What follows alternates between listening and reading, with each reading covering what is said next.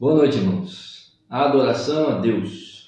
Nosso texto de hoje, terminando o capítulo 11 então de Romanos, versos de 33 a 36. E o verso 33 então do nosso texto aí diz assim: Ó profundidade da riqueza, tanto da sabedoria como do conhecimento de Deus! Quão insondáveis são os seus juízos, e quão inescrutáveis os seus caminhos! Quem, pois, conheceu a mente do Senhor? Ou quem foi o seu conselheiro? Ou quem primeiro deu a ele, para que lhe venha a ser restituído? Porque dele, por meio dele e para ele são todas as coisas. A ele, pois, a glória eternamente. Amém. Por 11 capítulos aí, Paulo apresentou aí um amplo relato do Evangelho, né? E chega agora ao final apresentando essa doxologia, essa adoração a Deus, né? Durante esses 11 capítulos da carta aí que ele escreveu, a gente precisa entender que a gente vem fazendo isso, o estudo dessa carta há um longo tempo, mas precisa entender que Paulo escreveu uma carta, ela tem todo um conteúdo contínuo, né? E se compõe em uma coisa só, embora nós tenhamos visto ela aos poucos, mas é preciso vê-la como uma carta aí. Então entender que tudo está ligado ali. Então Paulo agora chega aí ao final do capítulo 11, acabou de apresentar realmente tudo sobre o Evangelho e agora então termina com essa doxologia. Demonstrou então durante toda a carta, passo a passo, né, como Deus revelou a maneira como ele justifica os pecadores diante de si mesmo, como Cristo, né, nesse processo morreu pelos nossos pecados e também restou para a nossa justificação, como nós nos unimos a Cristo em sua morte e ressurreição, né? Assim como a vida cristã deve ser vivida, como se vive, não debaixo da lei, mas no Espírito. Agora nesses capítulos finais, como Deus, temos visto como Deus pretende incorporar, né, a plenitude de Israel e dos gentios no seio da sua nova comunidade, algo que ainda é escatológico, futuro, né?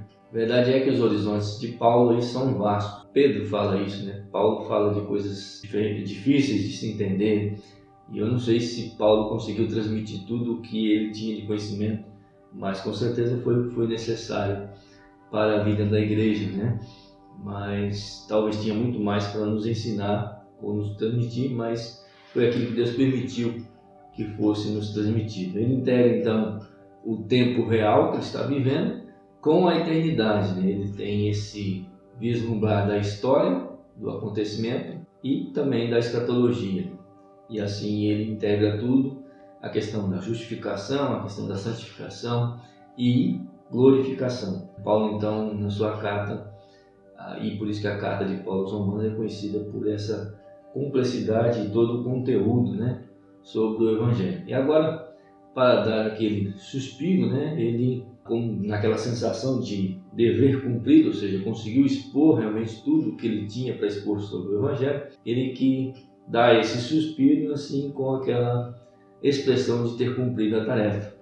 E muito mais do que nos convencer ou convencer os seus leitores quanto ao Evangelho, quanto a todo o argumento sobre o Evangelho, na sua argumentação, nos seus argumentos, na sua retórica, na sua prédica, em tudo, né? Tudo isso, na verdade, perde importância diante do fato de que ele mesmo agora está convencido, né? E ele expressa o fato de estar convencido do que é o Evangelho, de tudo que o Evangelho consiste, e expressa isso de forma a adorar, né? A prestar adoração a Deus. É como se Paulo estivesse escalando, né? Nos levando a escalar um monte muito alto e acabou de atingir o pico, né? Acabou de atingir o máximo. Então é como se ele se voltasse e passasse a contemplar tudo ao que pode ser visto, né? As profundezas estão aos seus pés, é claro que iluminadas por ondas de luz, e em toda a extensão da sua volta, onde seus olhos podem ir, ele consegue ver o horizonte imenso. Um pouco da grandeza e da majestade de Deus. Assim, antes de descrever as implicações práticas do Evangelho, ou seja, o que isso vai influenciar, isso vai produzir na prática na vida da igreja, que vamos ver a partir do capítulo 12, ele então se prostra diante do Senhor em adoração, né? O louvor de Paulo, então, é sustentado e é alimentado pelas Escrituras, como nós podemos ver aí na sua doxologia. É repleto, né, de fraseologia extraída do Antigo Testamento, ou seja, não é nada que ele criou, mas é o que ele conhecia, né, de Deus e sobre Deus, e essa é a sua adoração. Assim ele se expressa, assim ele adora a Deus, e acima de tudo, claro, é pura expressão do seu conhecimento de Deus em sua própria admiração e humildade e dependência a esse seu Deus. É muito importante observarmos, tendo em vista Romanos de 1 a 11, que nunca se deve separar a teologia, ou seja, a nossa crença em Deus, o nosso conhecimento de Deus, da doxologia, ou seja, a nossa adoração a Deus. Não é possível haver doxologia, ou seja, adoração a Deus, sem teologia, sem conhecer esse Deus, sem crer nesse Deus, pois não se pode adorar um Deus desconhecido. Toda a adoração verdadeira é uma resposta à autorrevelação de Deus em Cristo e nas Escrituras, né? E brota, é claro, da nossa reflexão sobre quem é Deus e sobre o que Ele fez e tem feito e como Ele tem agido.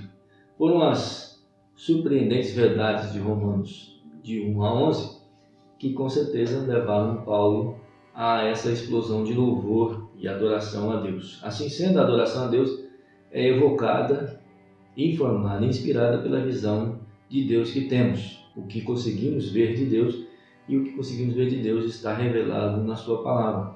A adoração sem teologia é fadada a degenerar-se, transformando-se em mera idolatria ou um farisaísmo, ou até mesmo uma falsa piedade, né?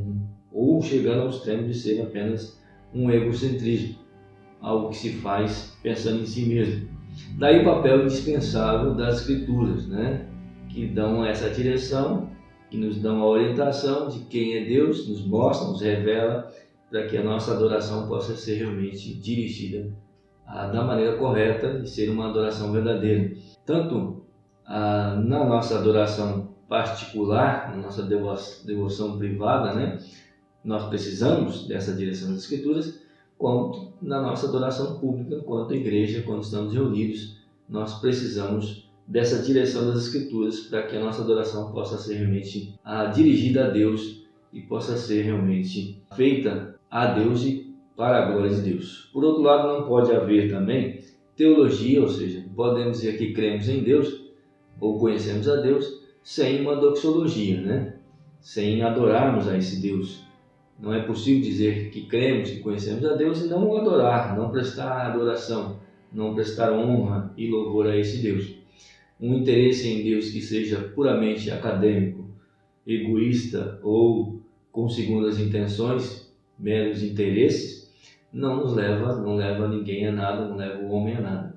Deus não é um objeto que se preste à observação e avaliação, nem mesmo a interesses pessoais. Quando o conhecimento de Deus é verdadeiro, ele sempre leva a uma adoração verdadeira, tal como ocorreu aqui, e Paulo assim realizou. O lugar que nos cabe é então, como Paulo, estarmos prostrados diante de Deus, reconhecendo a sua majestade, reconhecendo quem Ele é e reconhecendo quem somos, lhe prestando essa adoração. Assim, olhando para essa adoração de Paulo, aqui nesses poucos versos, nós queremos tirar algumas lições para que realmente possamos estar prestando a Deus uma verdadeira adoração e entender e avaliar a nossa própria adoração, o como temos adorado a Deus e como temos prestado a Deus essa adoração.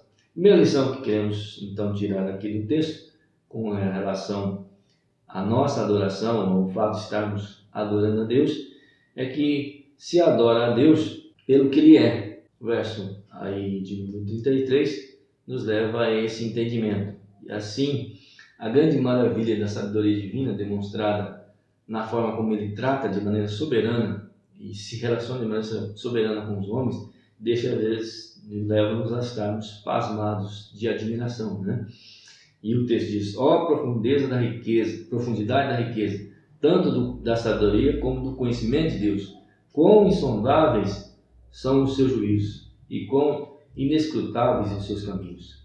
A sabedoria de Deus é aquele atributo divino pelo qual ele forma seus planos perfeitos e adota meios adequados para levá-los à conclusão, né? Sua ciência ou conhecimento é aquele atributo pelo qual ele conhece todos os detalhes, né, para que tudo possa acontecer e vai acontecer conforme ele determinou. O conhecimento se aplica à compreensão, então, dessa verdade, da verdade como em si, em todo. A sabedoria tem o poder de relacionar os diferentes aspectos ou detalhes da realidade e arrazoar quanto a esses, ou seja, entender, conseguir visualizar tudo e compreender e entender tudo o que está acontecendo. Mesmo que a mente humana não possa seguir o avanço da sabedoria de Deus, não consiga compreender toda a sabedoria de Deus, pois há regiões do conhecimento divino que permanecem ocultas, seladas ao olho e à consciência do homem, por causa, é claro, do pecado que nos tem embaçado a visão e tem nos atrapalhado quanto ao entendimento. Mesmo assim, diante dessas limitações do fato de sermos criaturas assim caídas, assim mesmo percebemos a grandeza e a majestade e a sabedoria de Deus em pequenos momentos e relampejos aí dessa demonstração. Os juízos divinos são impossíveis de se achar e os caminhos do Altíssimo com certeza não podem ser traçados pelo homem. Eles nos deixam aí abismados em sua grandeza, né? Quando passamos a querer contemplar Deus e o agir de Deus, ficamos assim admirados. Mas essa nossa admiração, esse nosso contemplar, é claro que não responde todas as nossas interrogações, nem todas as nossas perplexidades, haja em vista que nosso intelecto não consegue atingir o conhecimento e total, um conhecimento pleno sobre quem é Deus e como Ele age. Tudo que podemos fazer é, na verdade, aceitá-los, né? Muitas coisas de Deus nós não compreendemos, nosso intelecto não consegue atingir, tal como a pessoa de Deus na sua trindade. Coisas assim são demasiadamente inalcançáveis pelo nosso próprio intelecto, pelo nosso próprio conhecimento. Assim, o que nos cabe é crer, aceitá-los e nos entregar aos braços desse onipotente e onisciente Deus, sabendo que em suas mãos estamos seguros e em seus braços nós encontramos assim descanso. O que a adoração de Paulo nos transmite, nós conseguimos ver aí, nos faz também sentir e compreender, é que o alvo da sua adoração é uma pessoa, não de carne e osso, como nós costumamos definir uma pessoa, né? É uma pessoa de carne e osso, como simploriamente costumamos definir uma pessoa, porque pessoa é muito mais que isso, né? Mas um ser, uma pessoa, um ser pessoal, não uma força, não uma filosofia, não qualquer outra coisa semelhante, porque qualquer coisa como uma força, uma filosofia ou assim semelhante não pode ser adorada. A adoração é atribuída e é dada a uma pessoa. Assim precisamos entender que se adoramos a Deus é porque Ele é uma pessoa e precisamos dirigir nossa adoração a Deus de tal forma. Assim, a profundidade da nossa adoração está intimamente ligada ao conhecimento pessoal que temos de Deus, naquilo que dele nós conhecemos. É claro que daquilo que pode ser conhecido, daquilo que Ele revelou até nós. O conhecimento que temos dele, o quanto nós conhecemos dele, quanto sabemos quem é Deus e o fato que Ele é Deus, é que vai determinar a intensidade e a realidade e a verdade da nossa adoração. Adoração a Deus, porque Ele é uma pessoa, mas acima de tudo, Ele é Deus. Segunda lição, queremos extrair aí dessa doxologia, dessa adoração de Paulo a Deus com relação à nossa própria adoração e que deve dirigir a nossa adoração.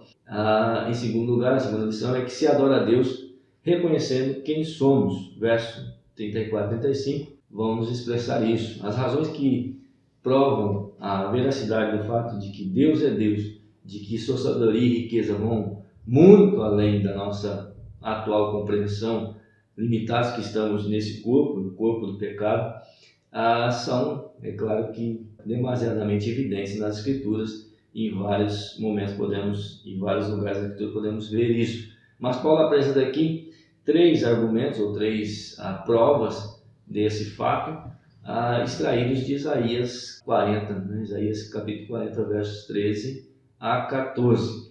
E aqui ele diz assim: quem, pois, conheceu a mente do Senhor? Ou quem foi o seu conselheiro? Ou quem primeiro lhe deu a ele para que venha a ser restituído? Ninguém compreendeu a mente do Senhor, essa mente que tudo perscruta, ou seja, não tem como nós compreendermos a mente de Deus, já que temos uma mente que é finita. Não tem como compreender um ser que é onipotente, onisciente, onipresente. Não tem como compreender, entender tudo que Deus consegue entender, ver, e é impossível, né? Na nossa finitude compreender isso. Mas o fato é que isso demonstra quem Ele é, o quanto Ele é poderoso e quem é Ele, ou seja, o fato que Ele é Deus, né? A nossa mente não consegue ver, não consegue entender isso. Ele transcende o mais alto nível de todos os pensamentos, de todos os seres que têm existido ou que possam existir. Ele conhece tudo o que era, que é e ainda será. Tudo possível, tudo quanto poderia chegar a ser. Deus sabe todas as coisas, a mente dele é perfeita, infinita e compreende tudo. Nós não conseguimos nem sequer compreender toda essa extensão. Além disso, o texto diz que ninguém o aconselhou em toda a obra que tem realizado ou realizará através das épocas. Ele concebeu tudo com sua sabedoria e dispôs tudo com sua inteligência. A ciência, mesmo que moderna, e tem assim podido ver e descobrir muitas coisas, né? Essa mesma ciência nos deixa às vezes pasmados, né? Com as descobertas do que Deus tem feito e fez na natureza, né? A ciência cada vez mais nos mostra o quanto Deus é perfeito, o quanto Deus é soberano, o quanto Deus é poderoso. Nas descobertas da ciência, em coisas pequenas que a ciência tem nos mostrado, dado a perfeição das coisas criadas. O fato é esse, né? Como Paulo já disse, as coisas criadas revelam quem é Deus, revelam a existência de Deus, porque só um ser perfeito, um ser sendo Deus, né, superior, poderia ter criado as coisas da natureza, as coisas que foram criadas. Finalmente, ninguém lhe deu, ele termina dizendo assim, primeiro para que venha a ser restituído. Não há um homem, não há um anjo que possa parar na presença do Senhor e dizer-lhe: eu tenho feito isto, isto e isto por isso. Portanto, tu tens de me recompensar com os teus favores. Ele é soberano, ele não está sob nenhuma obrigação para com ninguém. Ele é o que dá, nós os que recebemos. Ele é o que concede favores livremente, nós os que necessitamos dele. O contexto aí que Paulo está usando, ou seja, fazendo referência de Isaías 40, naquele capítulo nós vemos que o contexto, Isaías está falando sobre a vinda de Cristo, a primeira vinda de Cristo, e falando da preparação, ele começa no capítulo 40 falando da voz do que clama pelo deserto, fazendo uma referência a João, que anunciava a chegada de Cristo, preparando o caminho. E a preparação, né, desse caminho, para aqueles que vão se encontrar com Cristo, precisam se relacionar com Cristo, é a preparação nos nossos corações, né? Com um quebrantamento, com um espírito de humildade, e sem o qual nós não podemos adorar a Deus, não podemos nos relacionar com Deus. E é isso que Paulo está invocando aqui, né? Esse espírito de quebrantamento, um espírito de humildade que nós precisamos ter para nos relacionar com Deus, para adorá-lo de maneira correta, adorá-lo de verdade. Se é necessário saber quem é Deus, em primeiro lugar, né, como nós já vimos, pois senão não podemos adorá-lo. Também não menos importante, é sabermos quem somos nós, qual o nosso papel, como nós, como criaturas de Deus, criados por Deus, podemos nos relacionar com o Criador, podemos dirigir a Ele a nossa oração, como nós nos encaixamos nesse relacionamento de criatura e criador, e assim podemos prestar a Deus a adoração que lhe é devida. Precisamos entender quem somos nós e por que fomos criados aí, para podermos adorar a Deus de fato e de verdade. Adoração a Deus, que é Deus, e nós precisamos entender como nos relacionarmos com o nosso Criador. Terceira lição que precisamos extrairmos aí do texto, no verso 36, a parte final então do texto, se adora a Deus entendendo porque Ele nos criou, porque dele, por meio dele, para Ele são todas as coisas, a Ele pois a glória eternamente. Amém. O Ele aí em questão, ou seja, a vontade de Deus, é a fonte de tudo, é a origem de todo ser, de todas as coisas criadas, de toda a vida, de toda a força, de toda a consciência, é a origem de toda a vontade, de todo o pensamento. Tudo existe, subsiste e foi criado por Ele, para a glória dele. Por meio dele existe absolutamente tudo o que existe. Para Ele, para a sua glória, para a revelação do seu ser. Porque as coisas que Deus criou, como nós já falamos, revelam. Tudo que Deus criou revelam a Deus. Assim, há uma revelação aí do ser de Deus, do próprio Deus, e assim nos leva aí a uma adoração, a um ato de adorar toda essa perfeição desse Deus em todas as coisas criadas, em tudo que Ele fez. A Ele, pois, a glória eternamente. Amém. Ele merece toda a honra, todo o louvor de todos os seres, em todos os tempos, de todo o coração.